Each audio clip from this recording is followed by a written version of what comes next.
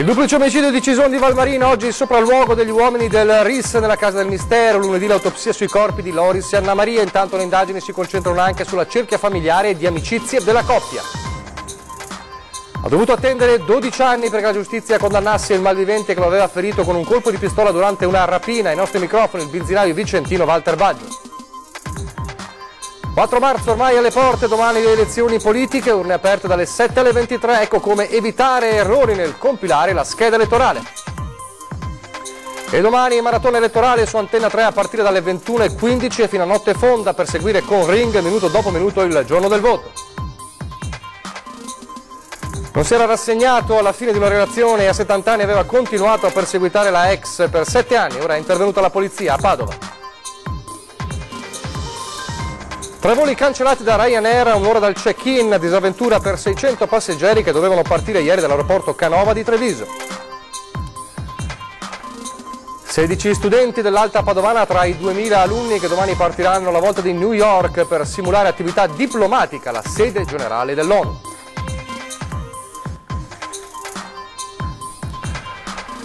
Telespettatori di Antenna 3, buonasera e ben trovati con l'edizione del Veneto dei nostri telegiornali, un'edizione che si apre tornando alla Casa dell'Orrore, la Casa del Mistero di Cison di Valmarino, il duplice omicidio di Loris e Anna Maria, perché oggi è stato il giorno dell'arrivo degli investigatori del RIS, i carabinieri del RIS, che sono entrati nella casa dove 2 giorni fa sono stati massacrati i 2 coniugi, rilievi attenti, rilievi importanti che sono destinati a non concludersi con la giornata di oggi, ma continueranno anche domani. Nel frattempo l'autopsia sui corpi di Anna Maria e Loris sarà eseguita lunedì e c'è intanto sul fronte delle indagini il fatto che via via perde spessore l'ipotesi di una rapina finita male. Il movente potrebbe essere economico ma non legato a una rapina, e per questo le indagini dei carabinieri, che sono comunque a 360 gradi, si focalizzano anche sulla cerchia familiare e sulla cerchia delle strette conoscenze della coppia. Sono passati 3 giorni da quel maledetto giovedì mattina, quando Loris e Anna Maria sono stati trovati massacrati nel giardino della loro abitazione a Borgo Rolle. È da questa mattina che qui nella casa delle 2 vittime sono all'opera i carabinieri del RIS, stanno setacciando palmo su palmo il giardino e l'abitazione in cerca di indizi. Cercano prove, orme, impronte per far luce su quello che per ora continua ad essere un giallo vero e proprio.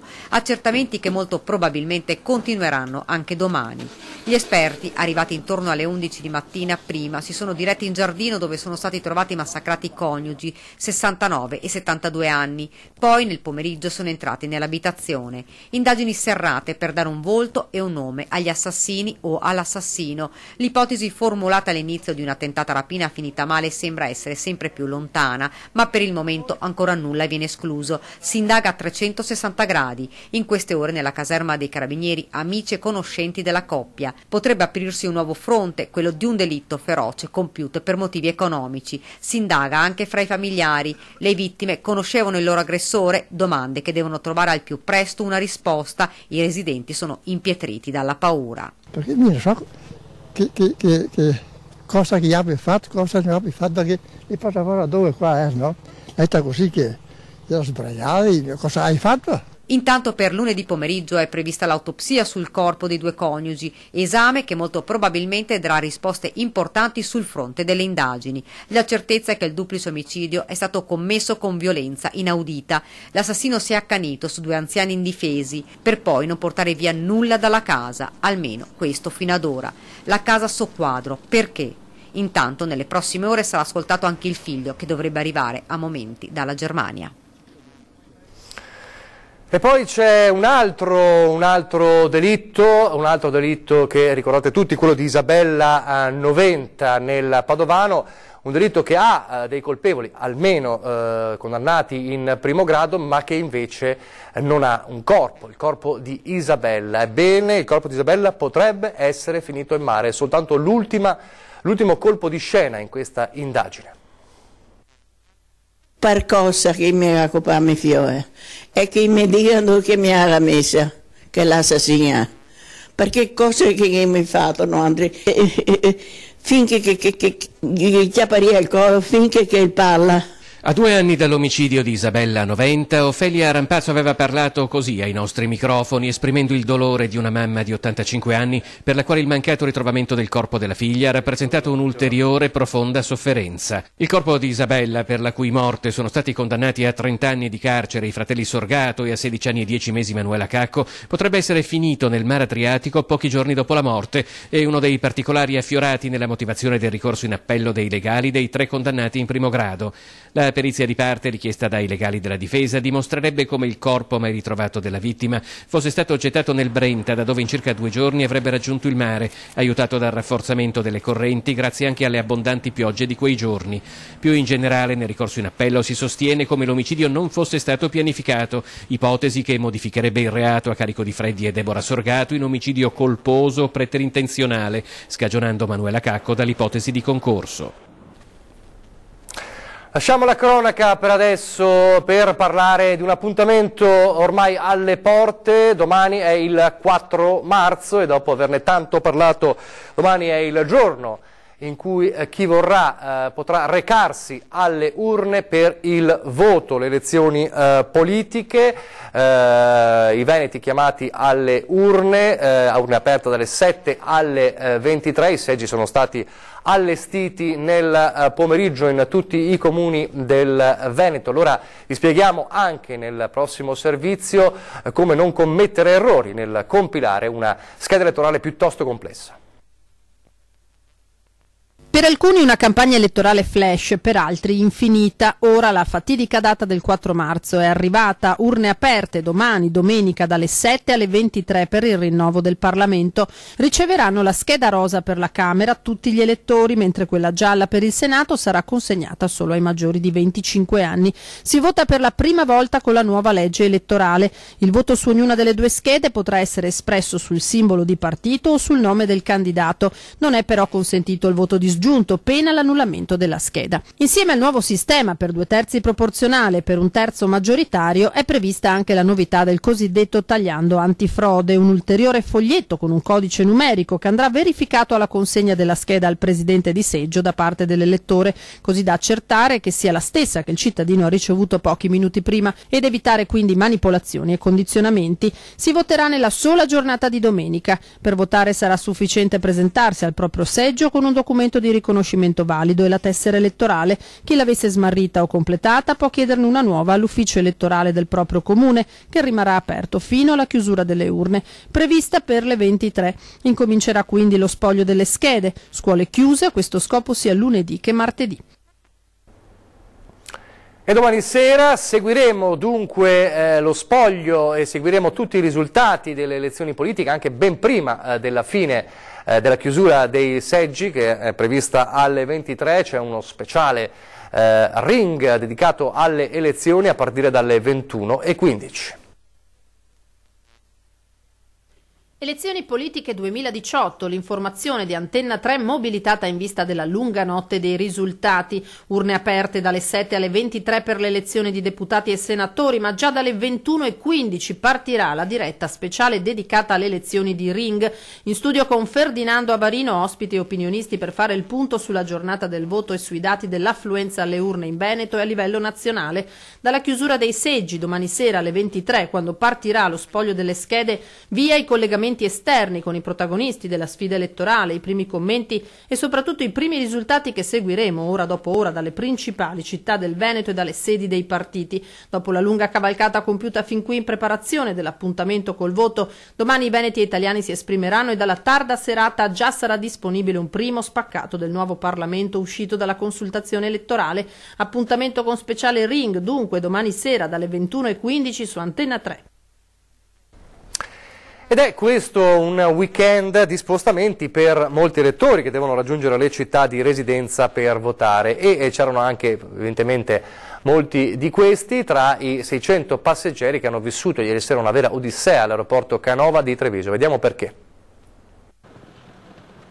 Voli cancellati e passeggeri in coda, disorientati fino a notte fonda. La disavventura ieri sera all'aeroporto Canova di Treviso, dove circa 600 viaggiatori sono rimasti bloccati dalla cancellazione un'ora prima del check-in di 3 voli Ryanair diretti a Catania, Palermo e Londra. Motivo? Non il ghiaccio, come verrebbe da pensare, ma un accumulo di ritardo che ha spinto la compagnia irlandese a sopprimere i 3 voli con cui molti dovevano spostarsi per il weekend, anche per raggiungere le località di voto, con intere famiglie costrette a noleggiare un'auto per raggiungere altri scali da dove poter partire e altri costretti a bivaccare nell'aeroporto trevigiano fino oltre mezzanotte, anche perché l'unica soluzione proposta da Ryanair è stata quella di imbarcarsi nei voli di domenica, dato che quelli di sabato erano già tutti completi. Le associazioni di difesa dei consumatori annunciano battaglia e la richiesta di danni morali alla compagnia low cost responsabile del disservizio, che non avrebbe in nessun modo agevolato neppure chi, rinunciando al volo, chiedeva il rimborso del biglietto.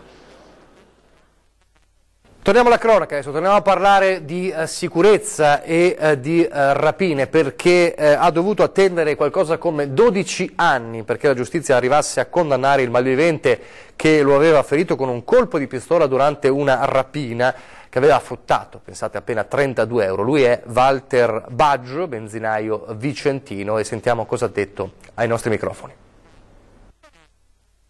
Meglio tardi che mai, uno dice, no? Però sono contento che questa sentenza quantomeno siano riusciti, va bene, a mio avviso, se mi è consentito dire, portarla a termine, perché avevo dei dubbi che non si facesse più nulla. Adesso è solo da sperare che ci sia la certezza della pena, ecco, che è stata inflitta, tutto quanto qui. Mi auguro che questi 6 anni li sconti. Ha atteso per 12 anni questo momento Walter Baggio. Era il 19 gennaio 2006 quando Zoran Kubrakovic, 42 anni, serbo, fa irruzione armato di pistola nel distributore di benzina che l'uomo gestisce in viale Fusinato a Vicenza. Attimi terribili. La pistola in bocca, il benzinaio imprime nella memoria il volto del suo aggressore che, fuggendo, gli spara a un ginocchio. Con lui c'è anche un complice. In poco tempo la polizia arresta il complice, chi ha sparato invece fugge. Non era in aula venerdì alla lettura della sentenza, ma la giustizia lo ha rintracciato in Serbia, dove la condanna a 6 anni gli sarà comunicata. Prescritte una serie di reati, tra cui le lesioni a Walter Baggio. Degli 8 anni per la rapina chiesti dal PM, il Tribunale di Vicenza ne ha riconosciuti 6. L'importante per me era che venisse fatto questo processo, che venisse fatto, va bene, e che ci sia una pena esemplare. Purtroppo il tempo mi sembra che è stato un po' lunghetto, ecco, 12 anni per attendere una sentenza quando c'è stato un ferito in sparatoria. Momenti drammatici che Baggio ha impresso nella memoria. Difficile da descrivere quando hai una pistola puntata in bocca, quando che ti spingono per terra, quando vieni ferito. Non è facile dimenticare, ecco, ti ritorna sempre in mente. Ancora il tema sicurezza con 2 rapinatori, siamo nel Bassanese, che sono stati presi dalle forze dell'ordine dopo un colpo particolarmente violento. Incastrati dalle telecamere di videosorveglianza, identificati 2 individui, 43 e 46 anni, il primo senza fissa dimora e il secondo residente in città, molto pericolosi e arcinoti alla polizia, che lo scorso maggio avevano messo a segno una violenta rapina al bar San Marco nell'omonimo quartiere di Bassano. Erano entrati armati di pistola, avevano legato i gestori, marito e moglie di origine cinese, per poi rinchiuderli nello sgabuzzino. Erano scappati con il registratore di cassa, abbandonato poco distante una volta svuotato, un bottino da 700 euro. I 2 si erano allontanati seguendo direzioni separate. Come si vede dalle immagini degli occhi elettronici, uno simulava esercizi ginnici dopo aver buttato in un cassonetto giacca e sciarpa. Alcuni particolari, l'abbigliamento di uno e una M tatuata sul collo del complice, non sono sfuggiti agli agenti del commissariato di polizia di Bassano, ed è emerso che in programma avevano altri colpi. Cosa li aveva fatti resistere? Probabilmente in un caso certo è stata anche la visione, lo sopralluogo che avevano fatto a un esercizio commerciale dove c'erano troppi avventori. Siete riusciti a capire come si muovevano? Le modalità, la caratteristica della loro attività delinquenziale è sempre la stessa, quindi a mano armata con questa pistola giocattolo che aveva tutte le caratteristiche di una pistola vera, di una pistola di una 92 9x21, per poi fare irruzione e anche sequestrare, come hanno fatto nel bar di San Marco, gli esercenti. In casa del 46enne la pistola nascosta sotto il cuscino. I due devono rispondere di rapina e sequestro di persona. Allora, la violenza tra le mura domestiche nelle Trevigiane a Collumberto ha fatto temere il peggio stamane. La telefonata di un 50enne ai carabinieri che ha detto: venite, ho pestato a sangue la mia compagna. Al culmine di una lite ha picchiato la compagna, poi ha chiamato i carabinieri raccontando cosa aveva fatto e chiedendo di inviare a casa un'ambulanza. Il grave episodio di violenza domestica questa mattina, poco dopo le 9, a Colle Umberto, nel Vittoriese, dove una coppia di cinquantenni italiani, conviventi e genitori di 2 bambini che fortunatamente al momento dei fatti erano a scuola, ha iniziato a discutere per motivi banali. La lite è degenerata e dagli insulti si è passati ai fatti. L'uomo ha alzato le mani contro la compagna lasciandola a terra dolorante. È stato lui stesso poi a comporre il 112 spiegando al carabiniere all'altro capo del telefono di aver malmenato la convivente. Sul posto è arrivata un'ambulanza del 118 insieme a una pattuglia dell'Arma. La donna, che non ha mai perso i sensi, è stata trasportata in ospedale a Vittorio Veneto e tenuta in osservazione, quindi dimessa a metà giornata con una prognosi di pochi giorni. Il compagno è stato tuttavia denunciato per lesioni aggravate dal vincolo di convivenza. Su sollecitazione dei carabinieri, la procura ne ha disposto in mattinata l'allontanamento urgente dalla casa familiare, provvedimento a cui seguirà ora una richiesta di misura nei suoi confronti al GIP. A Padova invece un 70enne che non si era rassegnato alla fine di una relazione, dopo ben 7 anni si è trasformato in uno stalker. La polizia ha notificato ad un 70enne un'ordinanza cautelare che gli vieta di avvicinare una donna con la quale aveva stretto una relazione durata 1 anno e mezzo e terminata da tempo. Per la donna l'incubo sarebbe iniziato dalla fine della relazione nel 2010 e proseguito fino a questo novembre. Il 70enne è accusato di averla assillata per circa 7 anni con telefonate, lettere dai toni offensivi e minacciosi, fino ad arrivare a diversi episodi di danneggiamento delle automobili della donna e di alcuni suoi conoscenti e parenti. C'è una pubblicità, ci fermiamo per un attimo.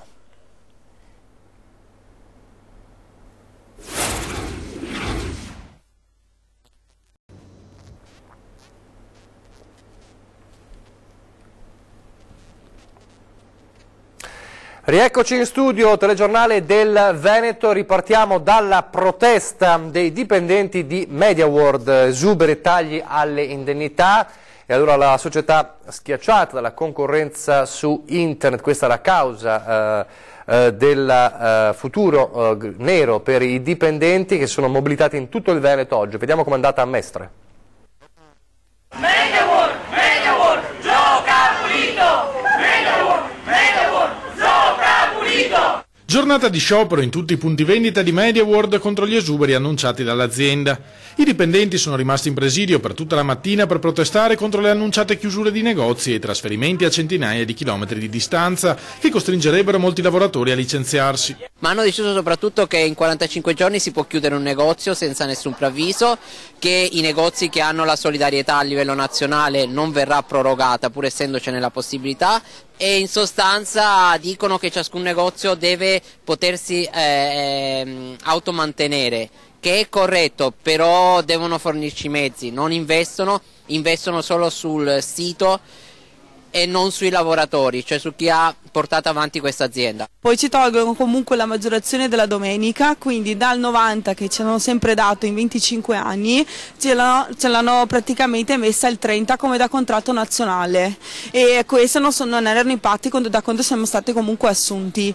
Gli errori del gruppo dirigente, sostengono i sindacati, non possono essere pagati dai lavoratori. Chiediamo investimenti nella rete vendita e nel servizio al cliente. Il problema più grave con MediaWorld è l'assenza di relazioni sindacali. Lamentano un buco di 17 milioni di euro e però non vogliono dirci quali sono i negozi in perdita, quindi come si fa a trattare con un'azienda del genere. C'è il taglio, la chiusura di 2 negozi e anche lì l'unica soluzione è trasferire lontano i lavoratori senza trattare col sindacato. Pensiamo che sia inaccettabile la cosa.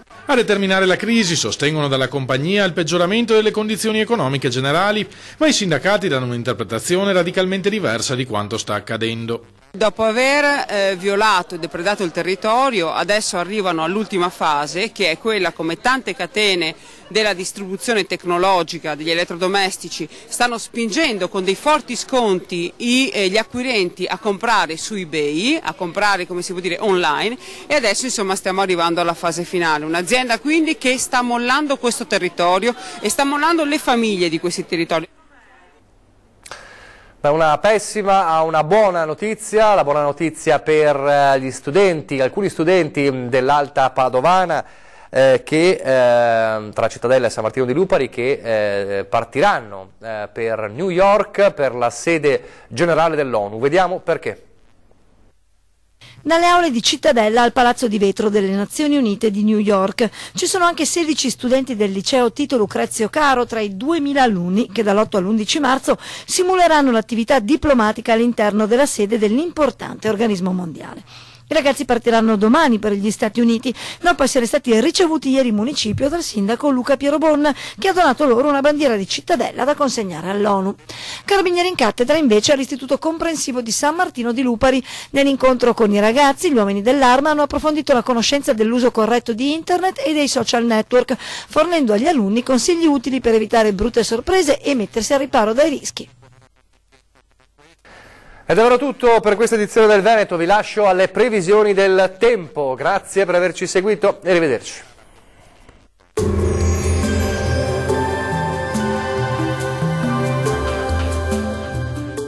Termoidraulica Susin, se compri una caldaia in omaggio il condizionatore. Termoidraulica Susin a 0 branco.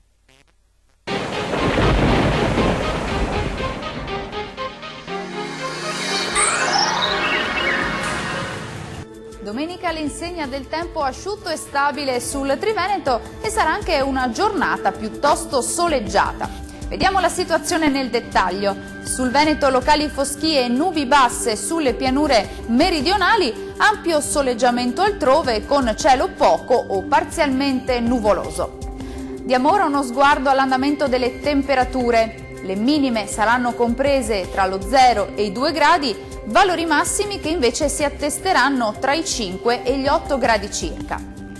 Spostiamoci ora a vedere che tempo farà sul Friuli Venezia Giulia. Locali addensamenti sui settori costieri ma senza conseguenze. Prevalenza di sole altrove con il cielo che sarà al massimo poco nuvoloso. Temperature minime tra 1 e 6 gradi, valori massimi compresi tra 9 e 11 gradi circa. Concludiamo infine con uno sguardo al Trentino Alto Adige. Sarà una bella giornata caratterizzata dal sole con il cielo che sarà al massimo poco nuvoloso. Le temperature minime si attesteranno tra i 2 e i 3 gradi, massime intorno invece i 13 gradi. Dal meteo di Antenna 3 per ora è tutto, arrivederci al prossimo aggiornamento.